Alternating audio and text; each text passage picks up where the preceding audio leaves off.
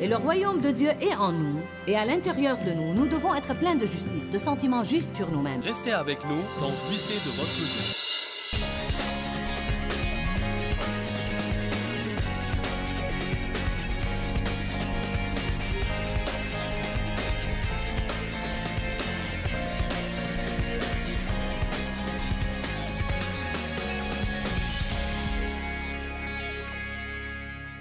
Si jamais vous péchez ou que vous faites une erreur, il est sain au départ d'avoir mauvaise conscience ou d'avoir honte ou de vous sentir coupable, mais vous devez prendre tout ça à Christ, le mettre sous le sang, puis continuer votre vie. Je me rappelle que le Seigneur m'a dit il y a des années et des années, « Joyce, si tu veux employer ta foi pour quelque chose de grand, » lors du commencement du mouvement de la parole et de la foi, nous employons tous notre foi pour toutes sortes de choses imaginables, succès, grande voiture, beaucoup d'argent et ainsi de suite. Et parfois, nous ne l'employons pas là où nous devions l'employer pour les choses vraiment importantes.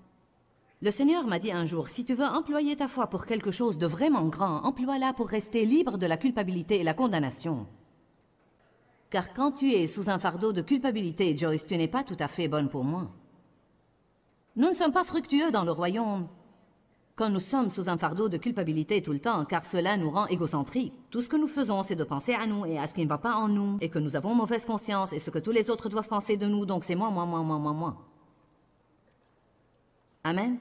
Et nous ne sommes plus utiles à Dieu. Le royaume est justice, paix et joie dans le Saint-Esprit. C'est l'ambiance du royaume de Dieu.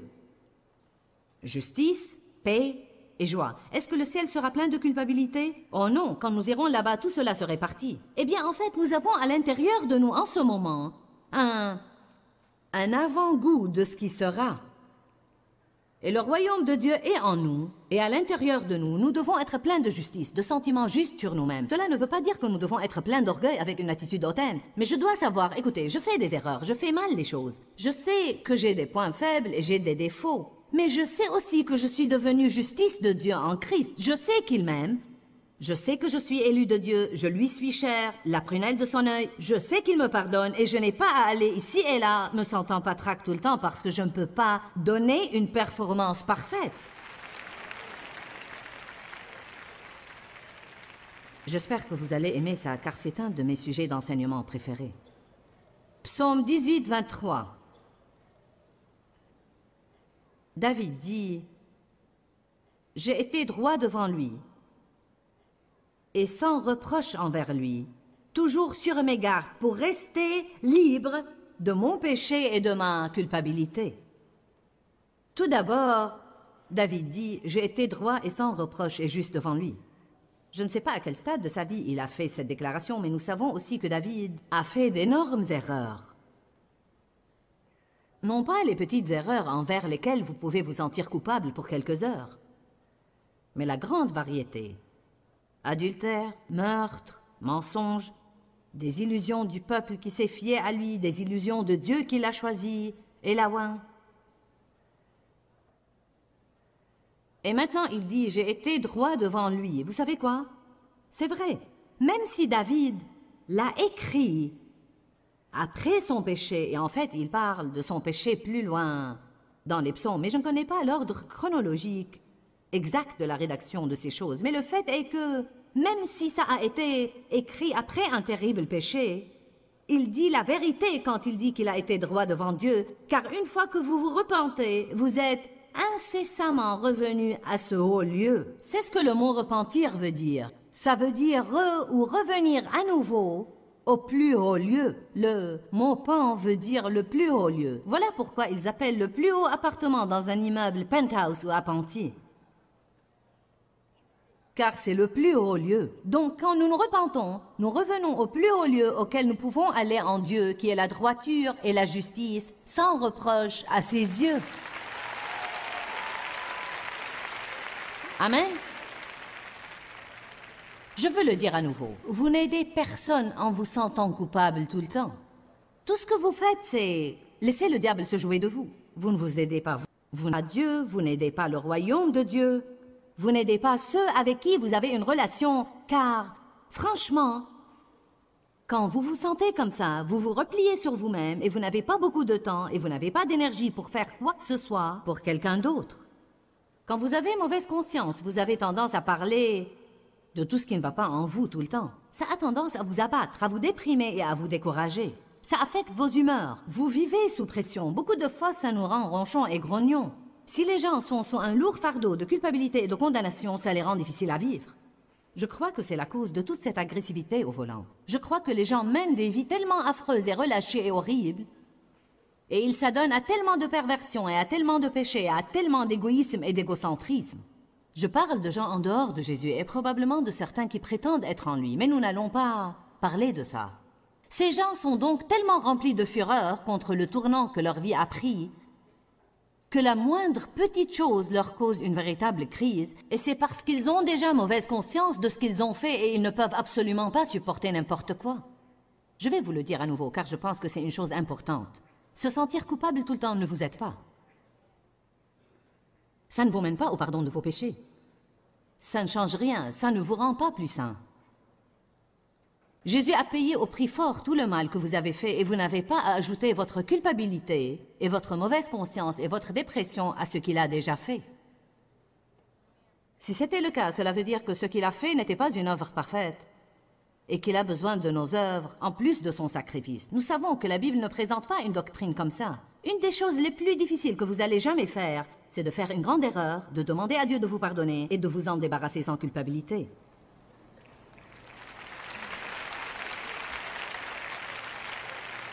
Car alors, même que je suis debout là et que je le dis, je peux l'entendre, je peux entendre vos cœurs. Ce n'est pas vrai. Trouvez-moi quelque chose dans la Bible qui vous dit de faire autrement. Vous ne pouvez pas. La Bible dit, nous devons nous désoler de nos péchés et pleurer sur eux. Mais une fois que vous demandez le pardon de Dieu, Paul dit, oubliant ce qui est en arrière. Il parle de ses imperfections et il dit « Je fais une chose qui est ma seule aspiration. Je m'y mets plus que sur toute autre chose. » Paul dit « Oubliant ce qui est en arrière et avançant vers ce symbole de perfection, vers la vocation céleste de Dieu en Jésus-Christ. » Eh bien, vous n'avez pas d'espace dans votre futur pour les échecs de votre passé.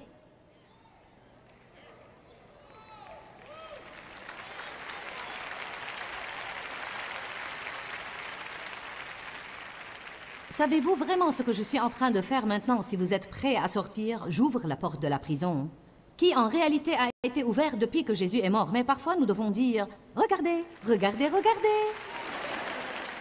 Vous croyez que vous êtes coincé là-dedans, mais la porte était tout le temps ouverte. Tout ce que vous devez faire, c'est sortir. Peut-être que la porte est fermée et que vous devez la pousser un petit peu.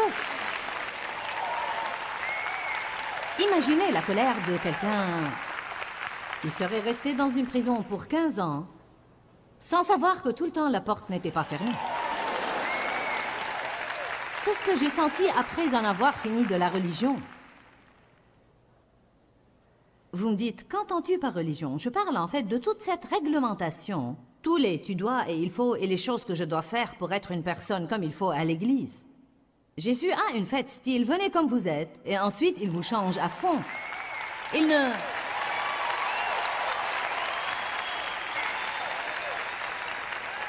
ne vous fait même pas venir à lui. Il vient vous joindre là où vous êtes, au beau milieu de votre gâchis. Il vient et il entre dans votre gâchis avec vous, aussi gâché qu'il soit, et vous en fait sortir. Mais voyez, la réglementation, la mentalité religieuse qu'avaient les pharisiens, c'est comme vous devez faire ceci et cela, et peu importe l'état de votre cœur. Ils faisaient tout comme il faut, mais ils étaient comme des sépulcres blanchis pleins d'ossements de mort. C'est ce que Jésus a dit. Vous avez belle apparence au dehors, mais vous êtes pourris au dedans. Ce n'est pas le christianisme du Nouveau Testament. Jésus a dit, je viendrai et vivrai en vous. Je vous donnerai un cœur nouveau. Je mettrai mon esprit en vous. Je vous donnerai de nouvelles aspirations. Je vous donnerai un nouveau je veux. Et je vous changerai à fond. Là, ça devient authentique. Quand j'ai trouvé après toutes les années où j'allais tambour battant à l'église et faisais mon devoir religieux et faisais mes bonnes actions, et puis j'ai trouvé que je ne pouvais même pas être fière de moi-même malgré que j'accomplissais mon devoir et que les bonnes actions que je faisais Ce n'était même pas moi qui les faisais, c'était Dieu qui les faisait à travers moi. Puis j'ai trouvé combien mes motifs étaient puants et étaient pourris, et que je faisais tous ces trucs juste pour me sentir bien dans ma peau. Et puis quand j'ai finalement trouvé que j'étais la justice de Dieu en Christ, j'étais furieuse quand j'ai trouvé que j'ai été en prison toutes ces années et la porte était ouverte tout le temps.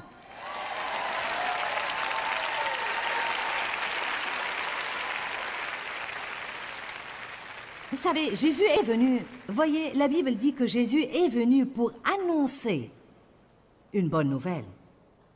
L'ouverture de la prison, la délivrance des captifs.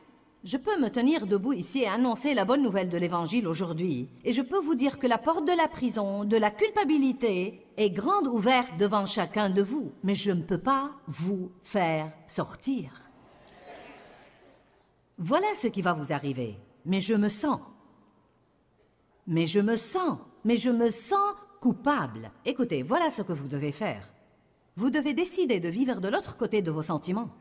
Vous vivez selon un choix, et vos sentiments rejoindront votre choix biblique. Mais si vous continuez à vivre selon vos sentiments, vous allez toujours être prisonnier de vos sentiments. Les sentiments de culpabilité ne vont pas immédiatement disparaître, mais il y a une chose que vous pouvez faire. Chaque fois que vous savez que vous vous êtes déjà repenti d'une chose et que le diable essaye de vous culpabiliser, ou qu'une personne essaye de vous culpabiliser, pensons à Marie de Magdala pour un instant. Elle se désolait manifestement de ses péchés. Elle est venue se jeter aux pieds de Jésus.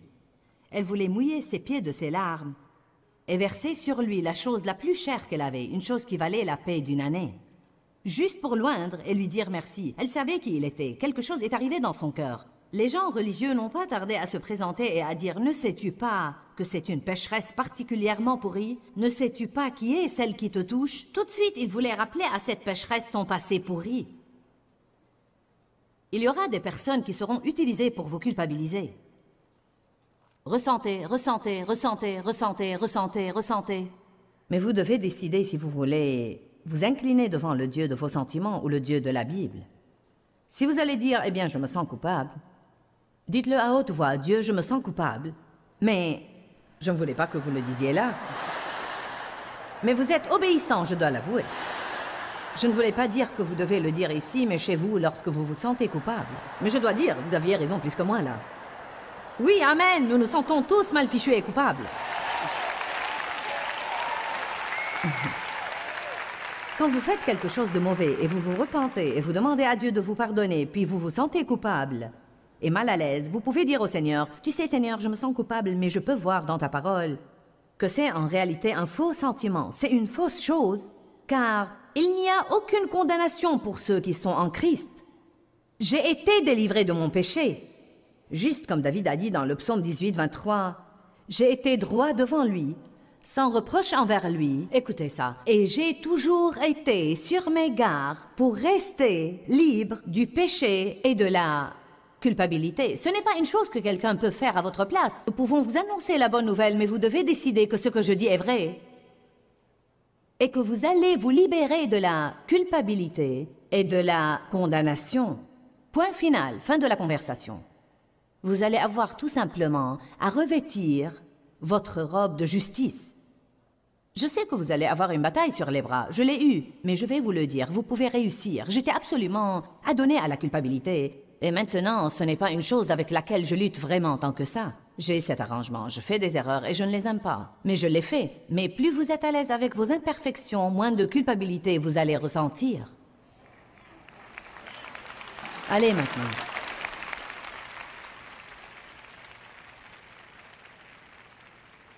Hébreux 1.3 dit, Jésus a accompli la purification de nos péchés et nous a débarrassés de la culpabilité, puis il s'est assis pour entrer dans le repos de Dieu.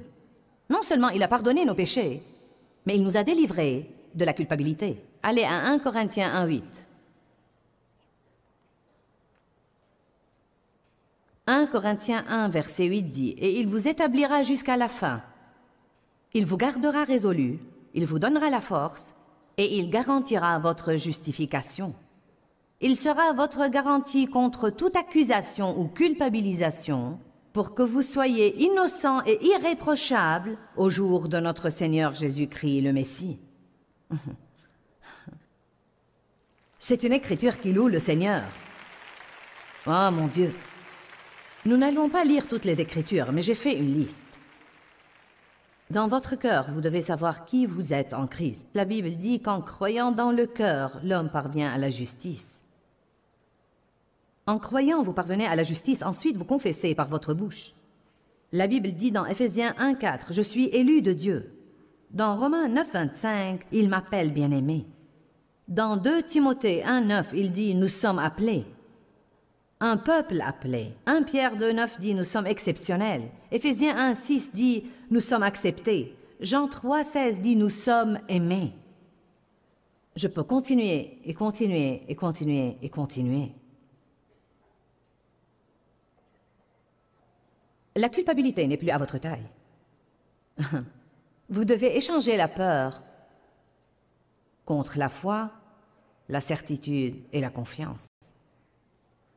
Beaucoup de gens peureux n'ont pas l'air peureux, mais la peur les tourmente intérieurement. Les gens peureux sont normalement plus défensifs. Ils se tiennent sur leur garde et ils sont méfiants.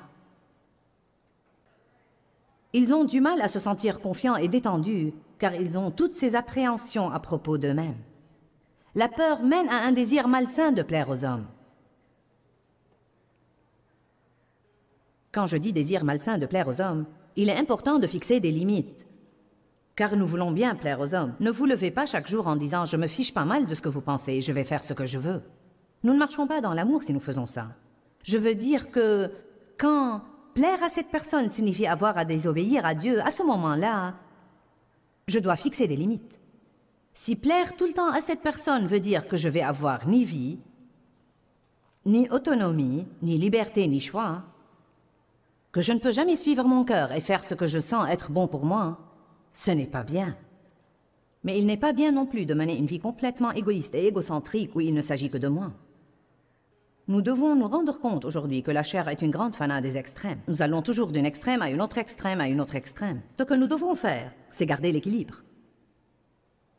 2 Pierre 3,14 dit que quand Jésus reviendra, il veut nous trouver sans crainte, vivant en paix, avec une confiance sereine. Alléluia. Donnez-vous la permission d'être unique. J'ai écrit là, n'ayez pas peur d'être unique. Une des choses qui nous pousse à essayer de plaire aux autres, c'est que nous ne sommes pas comme eux. Donc nous essayons de nous refaire pour penser comme ils pensent et vouloir ce qu'ils veulent et aimer ce qu'ils aiment. Que veux-tu dire que tu n'aimes pas ça? Nous pensons alors, eh bien, je dois avoir quelque chose qui ne va pas. Vous devez apprécier et vous réjouir d'être unique. Quelqu'un ici doit entendre ça aujourd'hui. J'ai dit, vous devez apprécier et vous réjouir d'être unique. Vous n'êtes pas bizarre, vous êtes unique. Il y a une différence. Bizarre est une chose liée au diable, tandis qu'une chose unique est plus précieuse que s'il y avait tout un tas qui est comme elle. Je ne suis pas comme la plupart des autres personnes. Et c'est bien. J'aime ça. Peut-être que j'aide les gens d'une façon un peu différente d'un autre qui aide les gens. Ça ne veut pas dire que nous n'aidons pas tous les gens. Au début de notre ministère, Dieu en fait m'a éloigné des autres personnes pour faire ce que je devais faire, car je voulais aller voir ce qu'ils faisaient afin de faire comme elles. Le Seigneur n'a pas voulu que je le fasse, il voulait que je le suive et que je sois mené par lui. Donc il m'a gardé dans un lieu où je n'avais personne sauf lui, pour ne prendre aucune information de quiconque sauf de lui. Donc ce que j'ai fait a fini par être une très grande réussite, car j'ai été menée par le Saint-Esprit. Dieu veut apporter de nouvelles choses. Il ne veut pas que tout soit juste comme il était la dernière fois.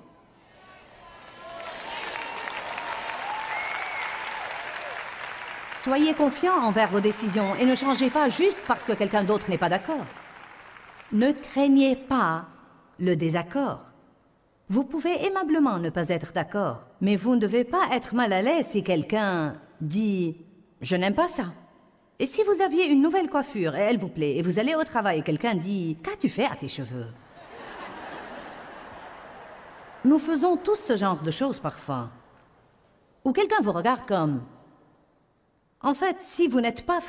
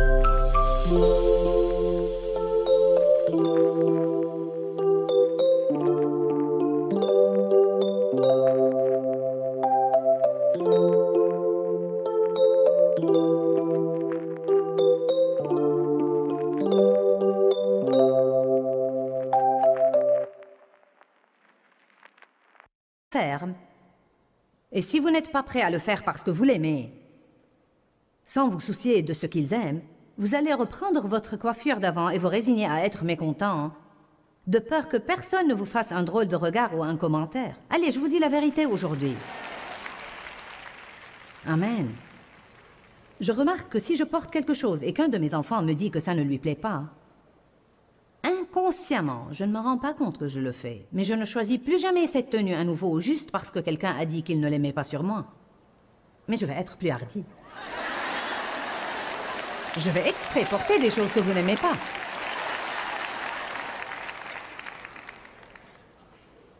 Amen. Vous savez, parfois, certains de mes plus jeunes enfants disent « Tu dois vraiment te mettre un peu plus à la mode. » C'est comme, eh bien, c'est mon style et il me plaît, merci.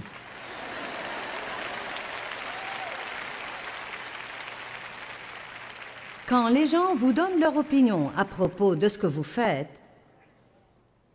et que vous avez l'impression que vous devez suivre votre cœur, dites-leur que vous appréciez leurs commentaires, mais que vous devez suivre votre cœur et soyez ferme. En même temps, ne vous mettez pas à faire pression sur les gens. Mettez votre confiance en Christ.